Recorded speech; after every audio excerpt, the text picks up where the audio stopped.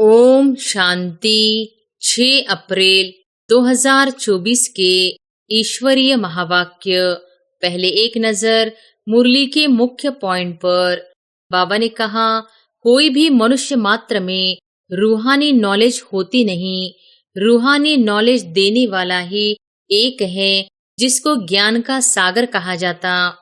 सुबह को तुम बच्चे याद की यात्रा में बैठते हो तो उझाई हुई आत्मा प्रज्वलित होती रहती है, क्योंकि आत्मा में बहुत जंग लगी हुई है। बाप सोनार का भी काम करते हैं। पतित आत्माएं, उनमें खाद पड़ती है, उनको प्योर बनाते हैं। बाप कहते, तुम शास्त्र आदि भला कुछ भी पढ़े हो, यह सब अब भूल जाओ, सिर्फ एक बाप को याद करो।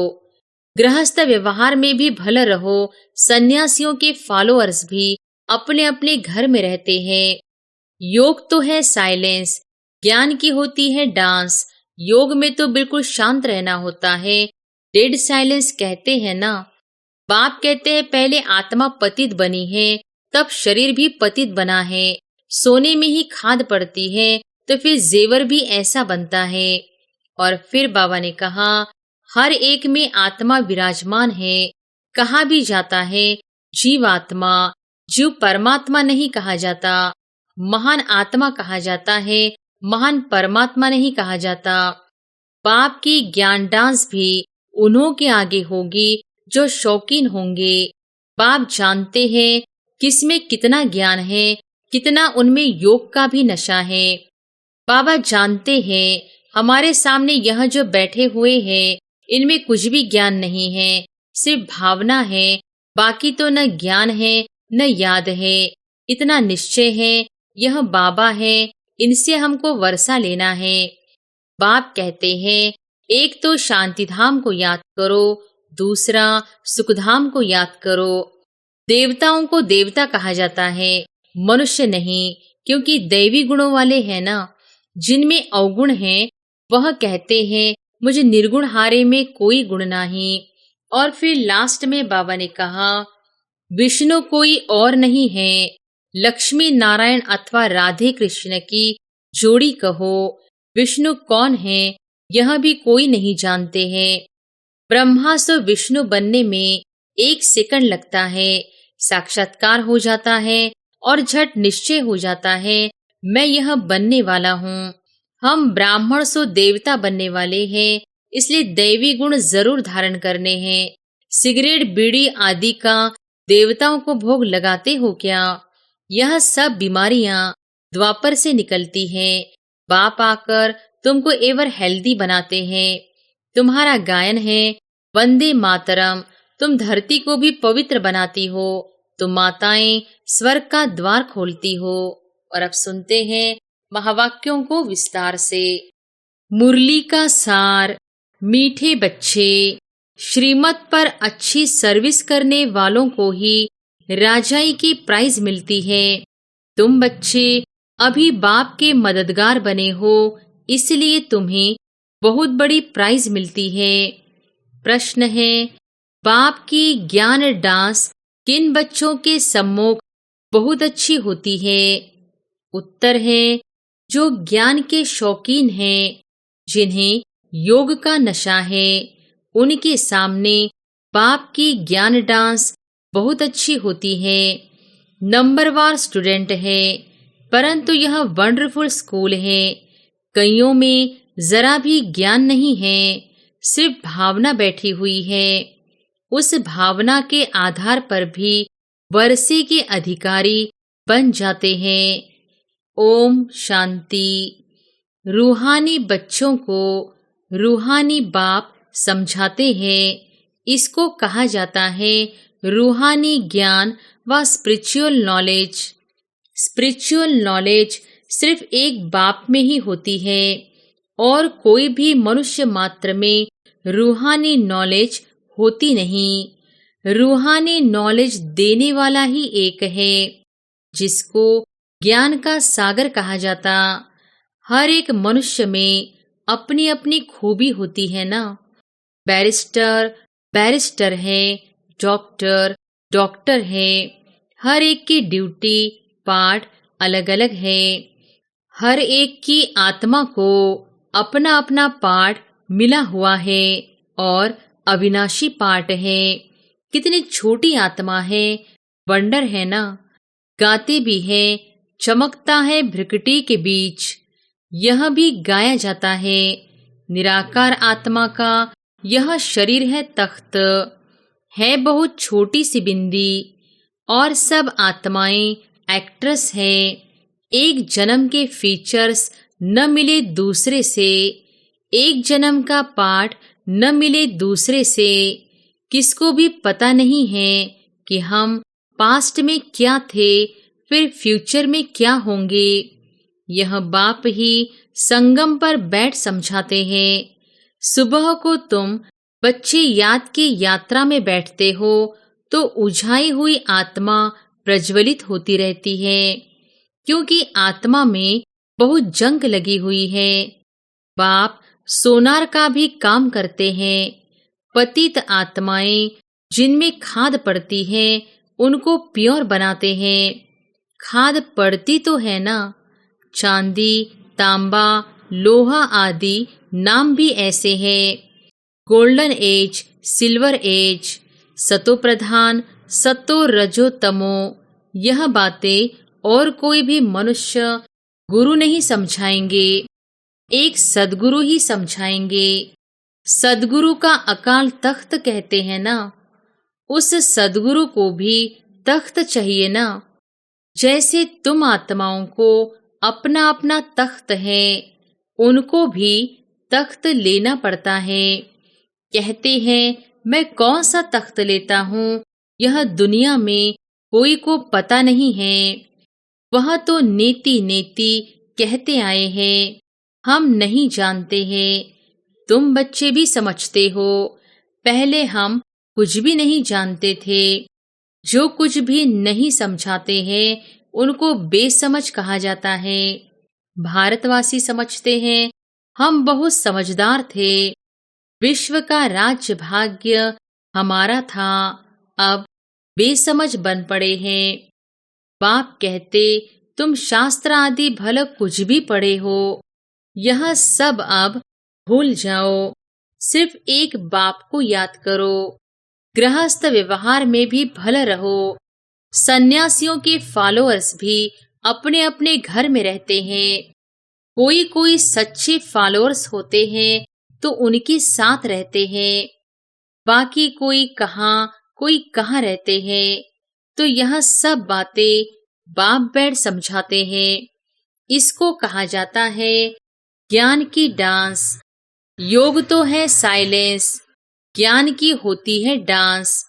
योग में तो बिल्कुल शांत रहना होता है, डेड साइलेंस कहते हैं ना।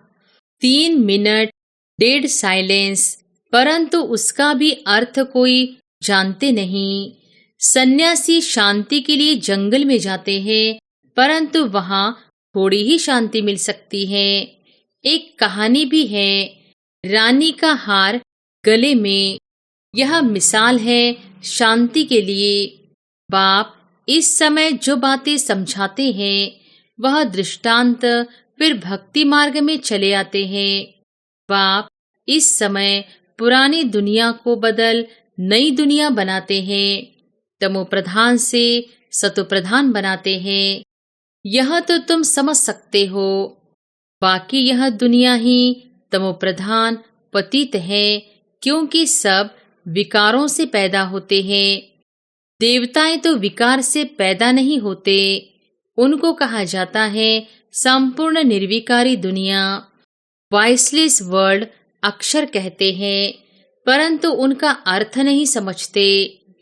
तुम ही पूज्य सो पुजारी बने हो। बाबा के लिए कभी ऐसे नहीं कहा जाता। बाप कभी पुजारी बनते नहीं। मनुष्य तो कण कण में परमात्मा कह देते हैं। तब बाप कहते हैं भारत में जब जब ऐसी धर्मग्लानि होती है, वो लोग तो सिर्फ ऐसे ही श्लोक पढ़ लेते हैं, अर्थ कुछ भी नहीं जानते। वह समझते हैं शरीर ही पतित बनता है, आत्मा नहीं बनती है। बाप कहते हैं पहले आत्मा पतित बनी है, तब शरीर भी पतित बना है। सोने में ही खाद पड़ती है तो फिर जेवर भी ऐसा बनता है, परंतु वह सब है भक्ति मार्ग में। बाप समझाते हैं, हर एक में आत्मा विराजमान है। कहा भी जाता है जीवात्मा, जीव परमात्मा नहीं कहा जाता। महान आत्मा कहा जाता है, महान परमात्मा नहीं कहा जाता। आत्मा ही भिन्न भिन्न शरीर लेते पाड़ बजाती है। तो योग है बिल्कुल साइलेंस। यह फिर है ज्ञान डांस। बाप की ज्ञान डांस भी उन्हों के आगे होगी जो शौकीन होंगे। बाप जानते हैं किसमें कितना ज्ञान है, कितना उनमें योग का भी नशा है। टीचर तो जानते होंगे ना, बाप भी जानते हैं कौन कौन अच्छे गुणवान बच्चे हैं। अच्छे अच्छे बच्चों का ही जहां तहां बुलावा होता है। बच्चों में भी नंबरवार है। प्रजा भी नंबरवार पुरुषार्थ अनुसार बनती है। यह स्कूल अथवा पाठशाला है ना, पाठशाला में हमेशा नंबरवार बैठते हैं। समझ सकते हैं फलाना होशियार है, यह मीडियम है। यहाँ तो यह बेहद का क्लास है, इसमें किसको नंबरवार बिठा नहीं सकते। बाबा जानते हैं हमारे सामने यह जो बैठे हुए हैं, इनमें कुछ भी ज्ञान नहीं है, सिर्फ भावना है। बाकी तो न ज्ञान है न याद है। इतना निश्चय है यह बाबा है, इनसे हमको वर्षा लेना है। वर्षा तो सबको मिलना है, परंतु राजाई में तो नंबरवार पद है। जो बहुत अच्छी सर्विस करते हैं उनको तो बहुत अच्छी प्राइज मिलती है। यहाँ सभी को प्राइज देते रहते हैं। जो राय देते हैं, माथा मारते हैं, उनको प्राइज मिल जाती है। अभी तुम जानते हो विश्व में सच्ची शांति कैसे हो। बाप ने कहा है उनसे पूछो तो सही कि विश्व में शांति कब थी, कभी सुनी व देखी है? किस प्रकार की शांति मांगते हो, कब थी? तुम प्रश्न पूछ सकते हो, क्योंकि तुम जानते हो जो प्रश्न पूछे और खुद न जानता हो तो उनको क्या कहेंगे। तुम अखबारों द्वारा पूछो कि किस प्रकार की शांति मांगते हो। शांति धाम तो है जहां हम सब आत्माएं रहती हैं। बाप कहते हैं एक तो शांति धाम को याद करो, दूसरा सुखधाम को याद करो।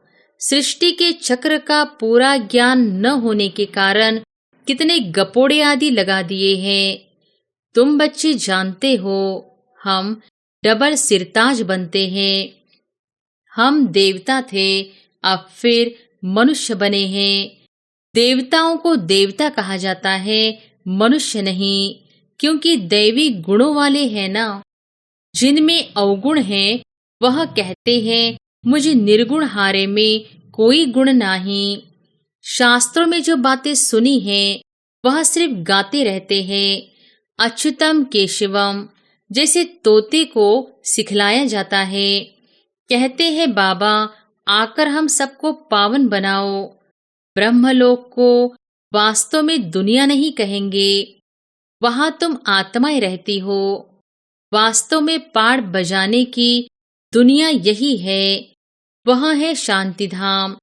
बाप समझाते हैं मैं बैठ तुम बच्चों को अपना परिचय देता हूँ। मैं आता ही उसमें हूँ जो अपने जन्मों को नहीं जानते। यह भी अभी सुनते हैं, मैं इनमें प्रवेश करता हूँ। पुरानी पतित दुनिया रावण की दुनिया है। जो नंबर 1 पावन था वही फिर नंबर लास्ट पतित बना है। उनको अपना रथ बनाता हूँ। फर्स्ट सो लास्ट में आया है, फिर फर्स्ट में जाना है।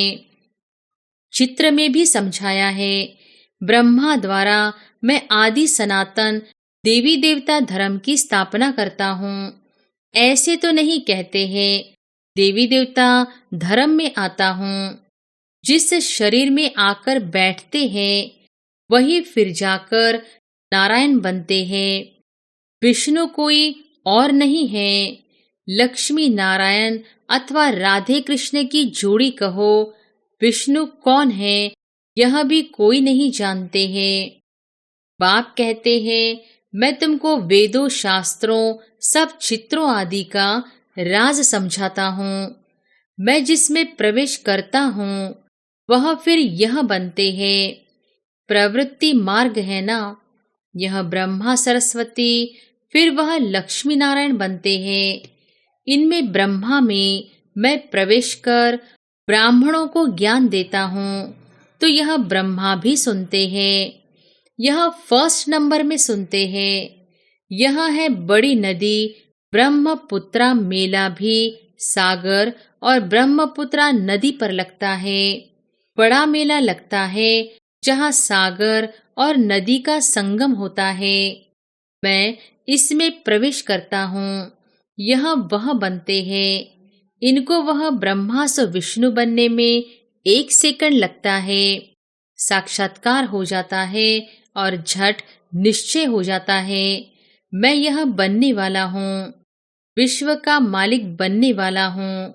तो यह गदाई क्या करेंगे? सब छोड़ दिया। तुमको भी पहले मालूम हुआ बाबा आया हुआ है। यह दुनिया खत्म होने वाली है तो झट भागे। बाबा ने नहीं भगाया। हाँ, भट्टी बननी थी। कहते हैं कृष्ण ने भगाया। अच्छा, कृष्ण ने भगाया तो पटरानी बनाया ना। तो इस ज्ञान से विश्व के महाराजा महारानी बनते हो। यह तो अच्छा ही है, इसमें गाली खाने की दरकार नहीं। फिर कहते हैं कलंक जब लगते हैं तब ही कलंगीधर बनते हैं। कलंक लगते हैं शिव बाबा पर, कितनी ग्लानि करते हैं। कहते हैं हम आत्मा सो परमात्मा, परमात्मा सो हम आत्मा।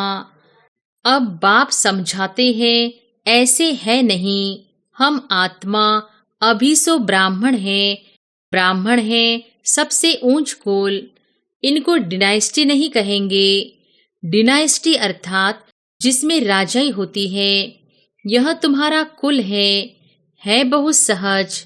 हम ब्राह्मण सो देवता बनने वाले हैं, इसलिए दैवी गुण जरूर धारण करने हैं। सिगरेट बीड़ी आदि का देवताओं को भोग लगाते हो क्या? श्रीनाथ द्वारे में बहुत घी के माल ठाल बनते हैं। भोग इतना लगाते हैं जो फिर दुकान लग जाती है। यात्री जाकर लेते हैं। मनुष्यों की बहुत भावना रहती है। सतयुग में तो ऐसी बातें होती नहीं। ऐसी मक्खियां आदि होंगी नहीं जो किसी चीज को खराब करे। ऐसी बीमारी आदि वहां होती नहीं। बड़े आदमियों के पास सफाई भी बहुत होती है। वहां तो ऐसी बातें ही नहीं होती। रोग आदि होते नहीं। यह सब बीमारियां द्वापर से निकलती है। बाप आकर तुमको एवर हेल्दी बनाते हैं। तुम पुरुषार्थ करते हो बाप को याद करने का, जिससे तुम एवर हेल्दी बनते हो। आयु भी बड़ी होती है। कल की बात है, 150 वर्ष आयु थी ना, अभी तो 40-45 वर्ष एवरेज है, क्योंकि वह योगी थे। यह भोगी है। तुम राजयोगी राज ऋषि हो, इसलिए तुम पवित्र हो। परंतु यह है पुरुषोत्तम संगम योग, मास या वर्ष नहीं। बाप कहते हैं मैं कल्प कल्प पुरुषोत्तम संगम युगे युगे आता हूँ। बाप रोज रोज समझाते रहते हैं, फिर भी कहते हैं एक बात कभी नहीं भूलना, पावन बनना है तो मुझे याद करो। अपने को आत्मा समझो। देह के सभी धर्म त्याग करो। अब तुमको वापस जाना है। मैं आया हूँ तुम्हारी आत्मा को साफ करने, जिससे फिर शरीर भी पवित्र मिलेगा।